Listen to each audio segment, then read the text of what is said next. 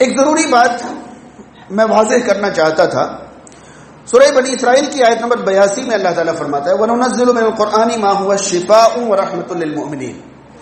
ہمارے معاشرے میں اس آیت کو لے کر جو کالا بازاری ہے انتہا کو پہنچی ہے. کالا بازاری کا مطلب قرآن سے شفا، اعمال قرآنی، اور اس نام پر کیا کہا جائے، لوگ کینسر کا علاج قرآن سے، ڈائبٹیز کا علاج قرآن سے، فلاں کا علاج قرآن سے، فلاں کا علاج قرآن سے، قرآن مجید کو پڑھنے کے بجائے ڈھونڈ رہے ہیں کہ کہاں آنکھ کا ذکر ہے. جس آیت میں آنکھ کا ذکر ہے یہ آنکھ کے درد کا علاج ہے، جس آیت میں پیر کا ذکر ہے یہ پیر کے درد کا علاج ہے، جس آیت میں پیٹ کا ذکر ہے یہ پیٹ کی بیماریوں کا علاج ہے.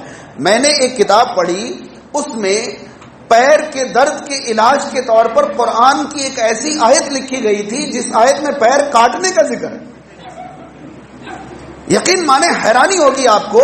موسیٰ علیہ السلام نے جادوگروں کے ایمان لانے پر کہا تھا کہ مجھ سے پوچھے بنا تم لوگ ایمان لے آئے؟ لَأُقَطِّعَنَّ أَيْدِيَكُمْ وَأَرْجُلَكُمْ مِنْ خِلَافٍ، میں تمہارے ہاتھ پیر کاٹ دوں گا. اب اس آیت کو لکھ کر کہہ رہے ہیں کہ پیر درد کا علاج ہے کیونکہ اس میں پیروں کا ذکر ہے. تو یہ ہنسنے کی بات نہیں ہے، ذرا سمجھے میں کیا کہنا چاہ رہا ہوں. اللہ تعالیٰ نے فرمایا وَنُنَزِّلُ مِنَ الْقُرْآنِ. مفسرین کہتے ہیں یہاں رب تعالیٰ نے قرآن کو شفا قرار نہیں دیا ہے، بلکہ یہاں قرآن کی بتدریج اترنے کی وجہ بیان فرمائی. بہت دھیان سے سنیں جو میں بتانا چاہتا ہوں. اللہ تعالیٰ نے یہاں یہ نہیں بتانا چاہا ہے کہ قرآن شفا ہے، بلکہ یہ بتانا چاہا ہے کہ سوال آیا کرتا تھا کہ پچھلی آسمانی کتابیں ایک بار میں اتر جاتی تھیں، یہ دھیرے دھیرے کر کے کیوں اتر رہی؟ تو اللہ تعالیٰ نے فرمایا وَنُنَزِّلُ مِنَ الْقُرْآنِ، ہم قرآن میں سے تھوڑا تھوڑا اس لیے اتارتے ہیں تاکہ مومنوں کے دلوں میں جو مرض ہے، جو بیماری ہے، وہ قرآن کی آیتوں کے ذریعے ختم ہو جائے، شفا حاصل ہو جائے. آئی بات سمجھ میں؟ آپ مفسرین کو اس بارے میں پڑھیں، ورنہ آپ غور کریں کہ یہاں کیا کہا گیا ہے. وَنُنَزِّلُ مِنَ الْقُرْآنِ، اور ہم قرآن میں سے نازل کرتے ہیں مَا هُوَ شِفَاءٌ وَرَحْمَةٌ لِّلْمُؤْمِنِينَ، جو مومنین کے لیے تو شفا اور رحمت ہے. وَلَا يَزِيدُ الظَّالِمِينَ إِلَّا خَسَارًا، لیکن اس سے ظالموں کے نقصان کے سوا کچھ نہیں بڑھتا.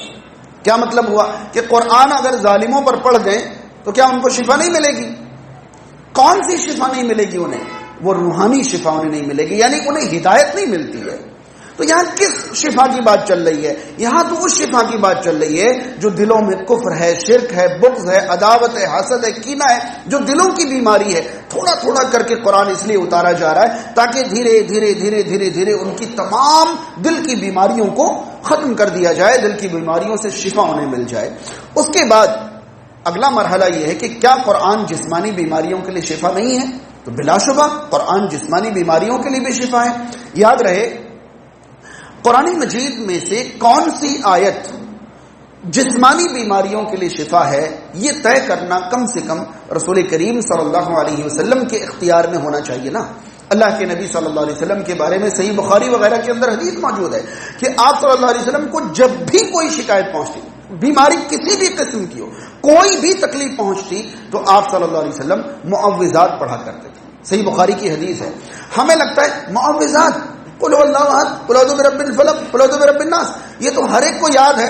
کوئی ایسی آیت بتاؤ جو آج تک کسی نے سنی نہ ہو. بھائی نیا قرآن نازل کریں، کیا کریں؟ گھما کے قرآن بتا دیں آپ کو کہ یہ والی پڑھو، آج تک ایسا کسی نے نہیں پڑھا، کیا کریں؟ رسول کریم صلی اللہ علیہ وسلم جب بھی کوئی تکلیف ہوتی معوذات پڑھتے تھے. یاد رہے ایک بات میں کہنا چاہ رہا ہوں، اس کو ذرا سمجھیں کہ میں کیا کہنا چاہ رہا ہوں. ہمیں لگتا ہے کہ اللہ تعالیٰ کو بھاری بھرکم اسباب دے کر ہم مجبور کر دیں گے کہ اے اللہ میں نے اتنی ساری مشکل آیتیں تیرے سامنے رکھی ہیں، اب تو تجھے شفا دینی پڑے گی. کیا کرنا چاہ رہے ہیں ہم؟ مشکل بڑے بڑے اسباب اللہ کے سامنے پیش کر کے اللہ تعالیٰ کو مجبور کرنا چاہ رہے ہیں. اللہ تعالیٰ کے لیے اسباب اہم نہیں ہے، اللہ تعالیٰ کے لیے صرف اس کی مرضی اہم ہے. اگر وہ چاہے تو صرف تسمیہ، صرف بسم اللہ شفا کے لیے کافی ہے. وہ سبب چاہتا ہے کہ بندے اسباب اختیار کریں. آپ کو لگتا ہے کہ یہ صورتیں بہت ہلکی ہیں، بہت معمولی، کام نہیں کریں گی، تو اس کا مطلب یہ کہ اللہ تعالیٰ کو آپ نے محتاج سمجھا ہوا ہے کہ ہلکے ہلکے اسباب اللہ کے لیے کافی نہیں ہے، ایسا سمجھتے ہیں آپ؟ تو یہ ہمارے عقیدے کی اصلاح کی ضرورت ہے. ہمیں چاہیے کہ جو مسنون طریقے اذکار ہے جسمانی بیماریوں کے لیے ہم وہی کریں. باقی قرآن اگر روحانی بیماری کے علاج کے طور پر استعمال کرنا ہو تو اس بارے میں آپ صلی اللہ علیہ وسلم کی اجازت ہے کہ رقیہ کرو جب تک شرک یا کلمات نہ ہوں. اگر کسی کو روحانی بیماری ہے، شیاطین وغیرہ کی یا اور بھی وغیرہ کے اثرات ہیں، تو وہ قرآن مجید سے کہیں سے بھی چاہے وہ تعین کرے اور علاج کرے، کوئی مسئلہ نہیں. لیکن جسمانی بیماری کے لیے آپ صلی اللہ علیہ وسلم کی تعین سے آگے پیچھے نہیں جایا جائے. روزانہ جواب دیتے دیتے ہم پریشان ہیں. کوئی کہتا ہے کہ یہ آیت 313 بار پڑھ لو تمہیں ایسا ہو جائے گا. اجی مسجد حرام کے دروازے پر بیٹھ کر درس دیے جا رہے ہیں کہ سورۃ النجم کی آخری آیت 1000 بار پڑھیے، کینسر کا علاج ہے. ہمیں بھیجا جاتا، پوچھا تھا کہاں سے آیا، کیوں آیا، کیسے آیا. کینسر اگر ہے کسی کو تو آپ اس کا علاج کروائیں. جسمانی مرض جو ہے اس کا علاج کرایا جائے، اس کے اسباب اختیار کیے جائیں وغیرہ وغیرہ. یاد رہے قرآن مجید شفا تو ہے، لیکن اگر کوئی شخص میرے ایک سوال کا جواب دے، میڈیکل اسٹور میں جتنی دوائیں ہیں وہ شفا کے لیے ہیں یا بیماری کے لیے؟ میڈیکل اسٹور میں جتنی دوائیں ہیں وہ کس کے لیے؟ شفا کے لیے. آپ کو کوئی بھی بیماری ہو، آنکھ بند کر کے میڈیکل اسٹور میں گھسیں اور ہاتھ ماریں، جہاں سے جو دوائی ہاتھ آئے اس کو کھائیں، اور آپ یہ سوچیں کہ دوائی ہے شفا کے لیے ہے، شفا تو مل رہی ہے، تو مل جائے گی کیا؟ ہاں تو پھر بتائیے دوائیں کس لیے ہیں؟ بھائی دوائیں کس لیے ہیں؟ میڈیکل اسٹور شفا کے لیے ہے نا. اندھا دھند ہاتھ مارے اور کوئی بھی دوائی نکل لیں اور کہیں کہ بھائی دوائی ہے شفا کے لیے، شفا تو ملنی چاہیے.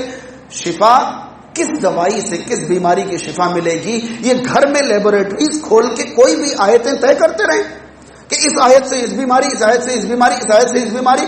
جی نہیں، یہ اختیار تو صرف رسول اکرم صلی اللہ تعالی علیہ وسلم کو ہونا چاہیے. ہم نے کتنی بار یہ خطبہ سنا ہے کہ عام اعمال کو آپ صلی اللہ علیہ وسلم کی طرف سے ثابت شدہ دلیل کے بنا ہم خاص نہیں کر سکتے.